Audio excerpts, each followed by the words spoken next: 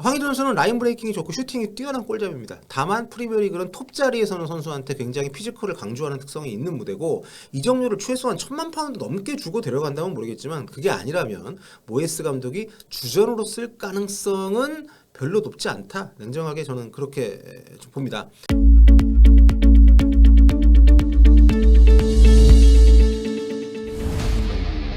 볼리TV 상욱입니다. 벤투호 6월 A매치 평가전에서 건재를 과시했던 대한민국 대표 공격수죠. 황의조 선수의 거치가 유럽 축구 이슈로 떠오르고 있습니다. 황의조 선수는 이번 여름 이적 가능성이 매우 높은 상황입니다. 소속팀 보르도하고 계약 기간이 1년밖에 남지 않은 상황인데 지난 시즌 1부 리그 최하위로 강등이 됐습니다. 보르도가. 그런데 재정 문제 때문에 좀 이 프랑스 축구협회 규정을 위반을 하면서 다음 시즌을 2부도 아닌 3부에서 시작을 해야 되는 좀 그런 상황이 놓여 있습니다.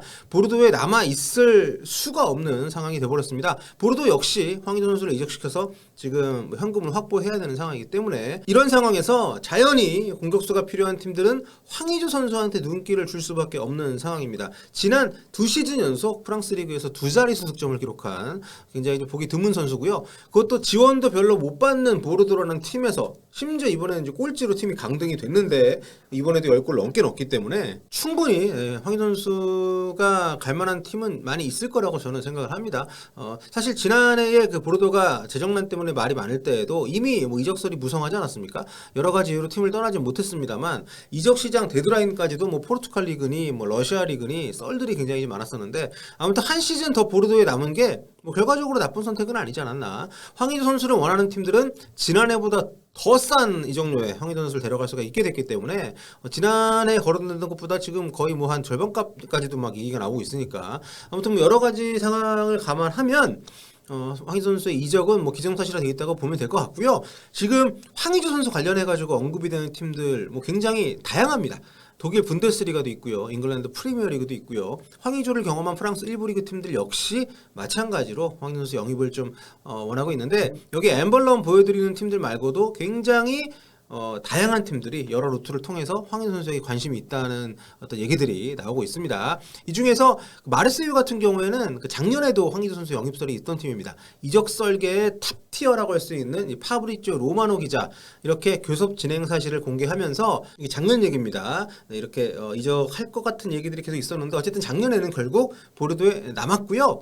이번에는 마르세유 뭐 구체적인 썰은 아직 없습니다. 근데 아무래도 1년 전에 그런 얘기들이 있었기 때문인지 다시 이렇게 언급이 뭐 되고 있는 건데 솔직히 이번엔 좀 갔으면 좋겠어요. 마르세유가 지난 시즌에 프랑스 1부 리그 준우승 팀이거든요. 그래서 올 시즌에 챔피언스 리그에 나갑니다. 또 감독이 아르헨티나 출신의 산파올리 감독 2015년에 칠레를 코파 아메리카 우승으로 이끈 분이죠. 이분이 굉장히 공격 축구를 구사하는 분인데 황의조 선수하고 전 좀 맞지 않을까 좀 기대를 만약 가게 된다면 하고 있습니다. 이 팀이 3백 기반이고요. 사이드에는 공수가 다 되는 선수를 기용을 하고 특히 황의조 선수 공격할 때 이제 왼쪽 진영으로 좀 빠졌다가 들어가는 약간 스위칭을 할 수 있는 그런 움직임들을 굉장히 잘 보여주는 선수고 라인 브레이킹이 좋은 선수이기 때문에 가게 된다면 이 팀의 원톱 한 자리 또 공격형 미드필더까지도 저는 뭐 충분히 뭐 경합을 할 수 있지 않나. 지난 시즌에 그 리그 7골 컵대회 포함해서 37경기 20골을 넣어줬던 임대생 그 밀리크 선수, 폴란드 국가대표 밀리크 선수가 원 소속팀 나폴리로 지금 돌아간 상태입니다. 그래서 만일 여기에 간다면 뭐 또 다른 공격수를 영입할 수 있겠습니다. 어쨌든 현재로서는 경쟁을 해볼 수 있는 상황이라고 생각을 하고요. 다만 지금 현지에서는 지난 시즌 9위 팀 낭트에서 좀 더 황의조 선수 영입에 적극적이다 이렇게 보도가 좀 되고 있습니다. 어제자로 탑티어인 로마노가 올린 페이스북 스토리인데요.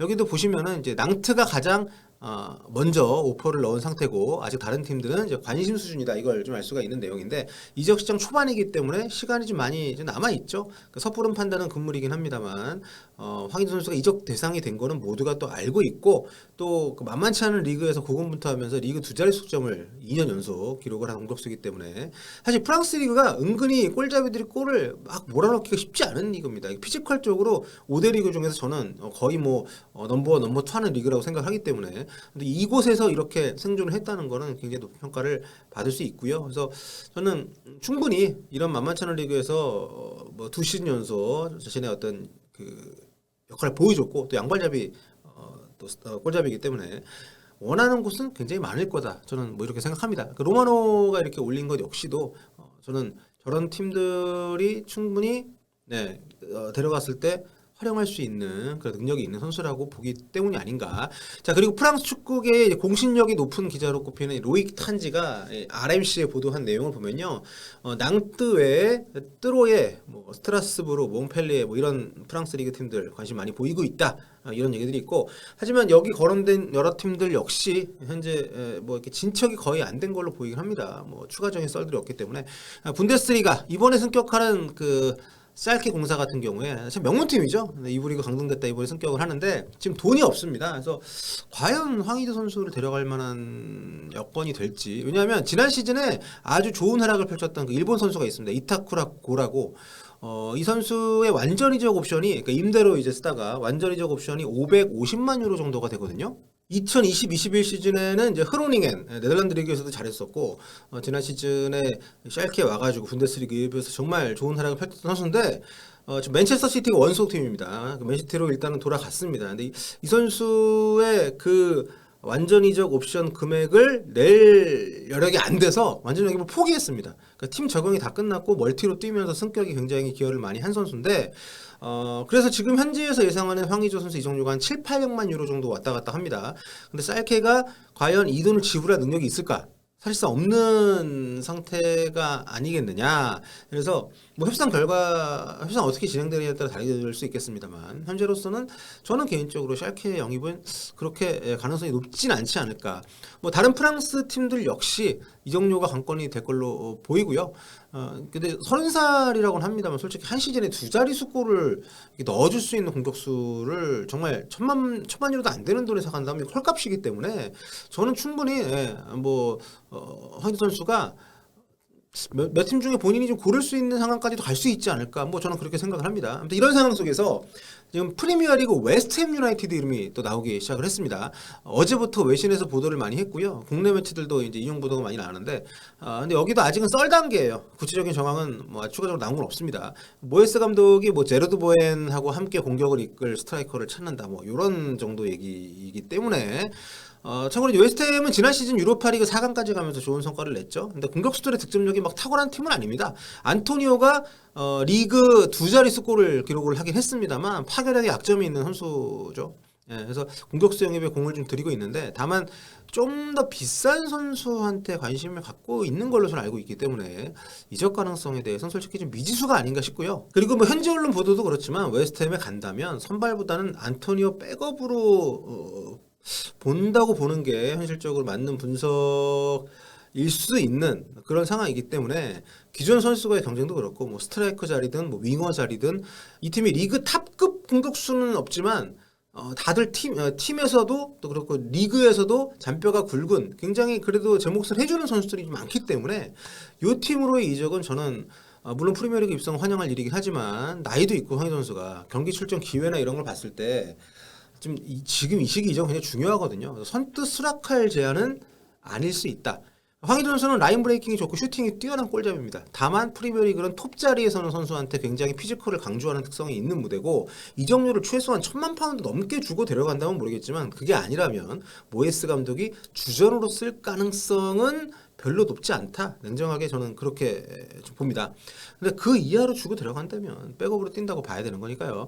모에스 감독의 팀에서는 메인 스트라이커보다는 보조 스트라이커나 공격형 미드필더들이 골을 많이 넣는 경향이 있기도 합니다. 스트라이커는 골도 당연히 뭐 중요하지만 연계라던가 뭐 지켜주는 역할, 이걸 또 많이 기대하기 때문에 뭐 야쿠브라던가 뭐 덩컨 퍼거슨 뭐 이런 선수들, 안토니오 같은 경우에도 골도 많이 넣었지만 도움도 많이 기록을 했고 본인이 지켜주는 역할을 많이 했습니다. 그래서 그런 부분들을 감안했을 때 황의조 선수가 물론 경쟁력이 있는 선수이긴 하지만 최적의 팀은 아닐 수 있다는 생각이 좀 들어요. 그러니까 나이가 좀 어리다면 황희찬 선수 정도의 나이만 된다 하더라도 좀 경쟁을 해보고, 만약에 이 팀에서 잘 뭐 기회가 없다거나 하면 한두 시즌 뒤에 다시 이적을 하는 그림까지 생각할 수 있지만 모르겠습니다. 지금은 뭐 프리미어리그에 가서 도전해보는 것도 의미가 있고, 물론 가는 것을 굉장히 좀 지지하고 합니다만 만약 경기 출전 기회를 좀 더 많이 보장을 받는다는 차원에서 보자면 좀 더 다양한 선택지를 생각할 필요가 있다. 그리고 웨스트햄 썰은 아직까지는 썰일 뿐이다. 이거는 그 가상의 저희가 그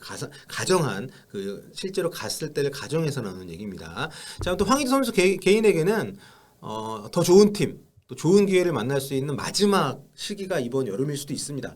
나이하고 뭐 지난 시즌 활약상을 감안하면 올여름에 어디로 옮기든 간에 그 뒤로 또 이적을 더 업그레이드를 해서 간다는 거는 그렇게 쉬운 또 예측 상황은 아니니까요. 아무튼 뭐 어디로 가든 좀 더 좀 자신 있게 뛸 수 있는 모습, 또 월드컵이 있으니까 또 월드컵 전까지 꾸준히 경기 감각을 유지할 수 있는 팀으로 갔으면 좋겠다는 욕심을 팬으로서 갖고 있고요. 앞으로도 계속 소식 들리면 전달드릴 수 있도록 하겠습니다. 그리고 다음 시간에 뵙고요. If you wanna taste, bitch, you can fucking try me. If you wanna hate, bitch, you know where to find me. And if you're going hate this, you can fucking bite me. I'll be cruising in my lane fast, call it high speed. I've been working hard, yeah, I've been working nightly. If you think you'll win, ha, not fucking likely. I be taking shots, yeah, cold-blooded, icy. Watching